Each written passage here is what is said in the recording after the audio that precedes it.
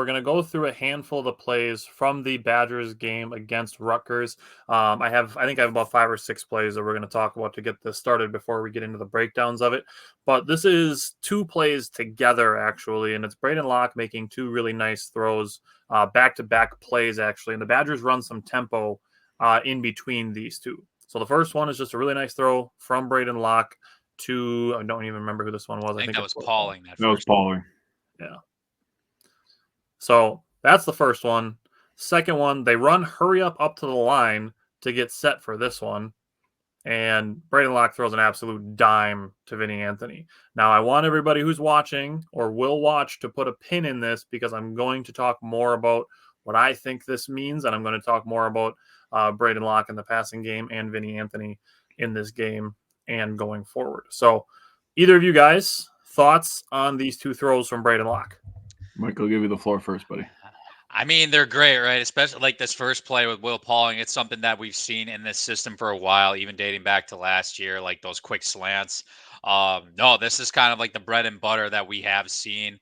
This is what Will Pauling's pretty much known for, playing that slot receiver role. So, Tanner was making them throws. I mean, Tyler made a few for sure to Pauling.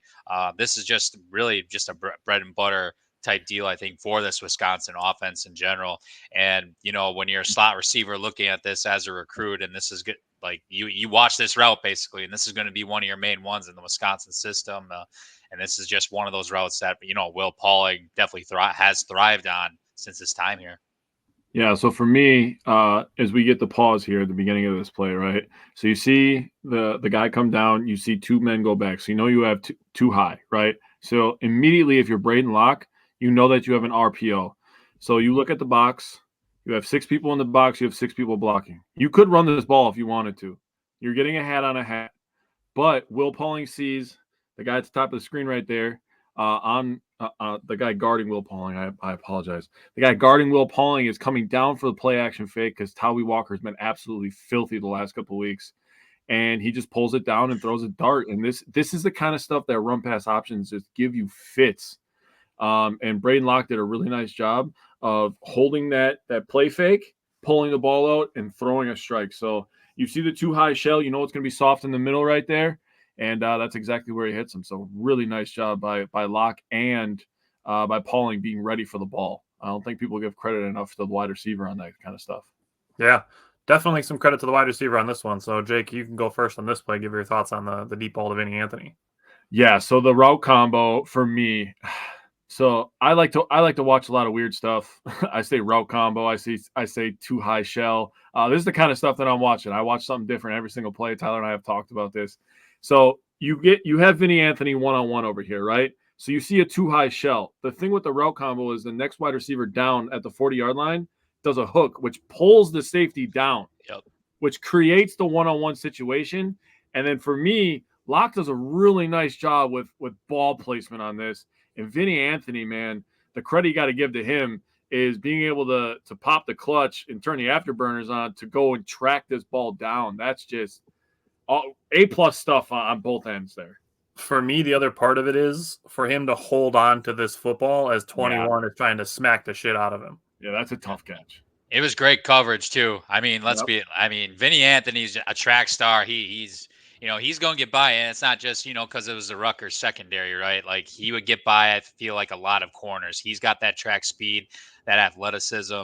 It's good to do this, twice in the last, 3 weeks now with him and Braden Locke. Now that they definitely got that juice and that mojo going here. So in this up tempo, this was back-to-back plays. Kind of reminds me, like, sometimes, how, like, I know it doesn't really apply to like drawing guys off sides, but like Green Bay sometimes likes to get in that up tempo stuff and taking those deep shots from time to time. Kind of reminds me of that a little bit, I would say. But no, I think without a doubt, Braden Locke was going to go deep no matter what. Just watching this, he's like, oh yeah, Vinny, you just go sprint, and I'm gonna throw you the ball just like against USC, and you're gonna go and make a play. So no, building that confidence now too. Vinny's a legit threat in this offense. I mean, I think that's safe to say. Yeah. So just in case the Badger fans this is their first game that they've watched this year, you got to let them know. No, great play, great tempo. How often do you see the Badgers snap the ball with 30 seconds on the play clock? Yeah. Haven't seen it enough, in my opinion. Very interesting. Mhm. All right, so I have a lot of defense from this game, but I have one more play on offense, and then we're going to go to a defensive play. So we're going to go back to Will Pauling, and we're going to go to Will Pauling's touchdown.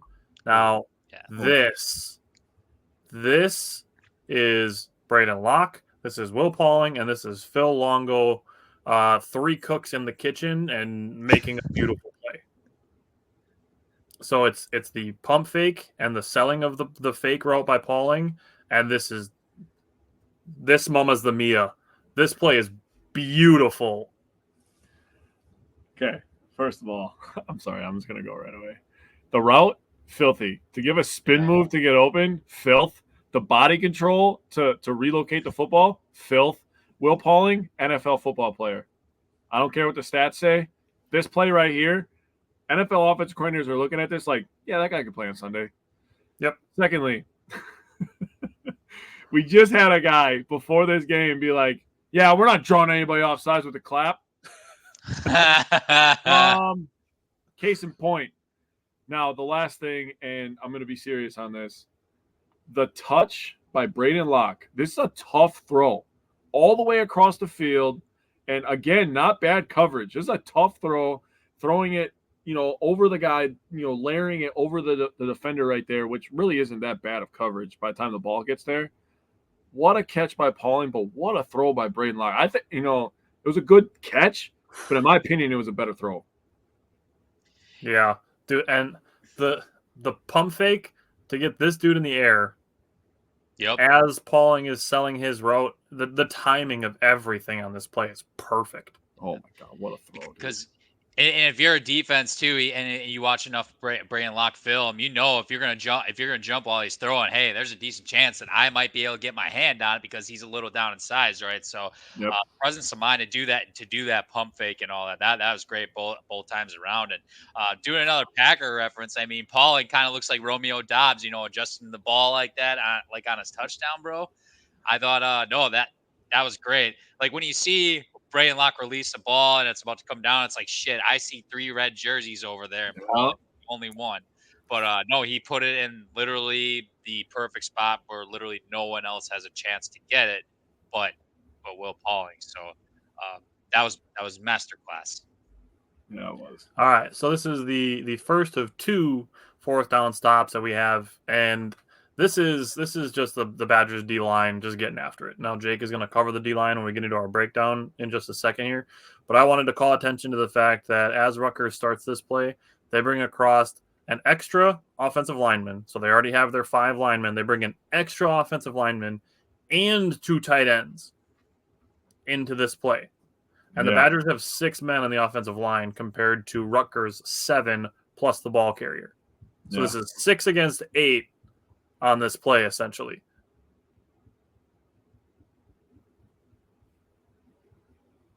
That you can't draw it up any better than that, dude. That mama's the Mia also. I gotta say, dude, Forqueen might have been player of the game for me early on, dude. He was freaking everywhere on defense, man. He was flying around. Yeah, you're looking. Yeah, when I first saw this, I thought Elijah Hills had one hell of a great, first step just to get in there. Then you saw Jaheim Thomas too get a little bit of pop. When I first saw this live action, Elijah Hills is the first guy that caught my eye for sure, taking up that hole. But you see seven come in a little bit too. If you want to play it, throw that in. So he gets like that last second jump. Yeah, gets past. I think that was the center you there. You can see 7 right there, right in the middle. Yep. But no, that was great. Great play by the defense. All right, I have one more on the offensive side of the ball, and 2 more. I lied. 2 more on the offensive side of the ball. First, we're going back to Phil Longo. Jake and I talked about the coaching a little bit this week, that we want to make sure that we get a little bit into our coverage, which we do with our Packer stuff as well. So we wanted to make sure we bake that in to our Badgers discussions as well. And this play goes credit to Phil Longo, because there's not a lot of plays where you're calling a quarterback draw for Braden Locke. A designed quarterback draw on 3rd and 7 See, for me personally, this is just adding more layers onto the offense that we needed. I was calling for a dual threat quarterback a couple weeks ago because it's something else that the defense has to worry about. When you get a quarterback that can run, you now have to have a spy, which takes a guy out of coverage, which allows more one-on-one opportunities. Which if you're mad or not confident in your playmaker's ability or wide receiver's ability to get open in zone coverage, or one-on-one situations, well, you got to put them in one-on-one situations to see if they can win. But this right here was just a good play call, in my opinion. Absolutely. Mike, any thoughts?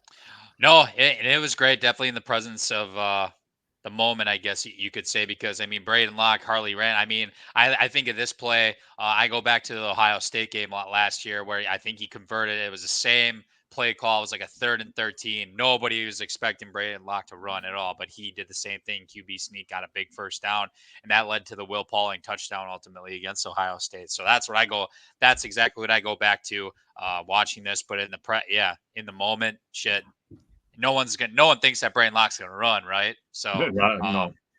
kudos to dialing up for Braden. Yeah. Especially on a 3rd and long-ish. 3rd and 3 is one thing, but 3rd and 7 is another thing. Yeah, 3rd and 7 is such a weird down and distance. Yeah, that's a little more than medium. Mm-hmm. All right.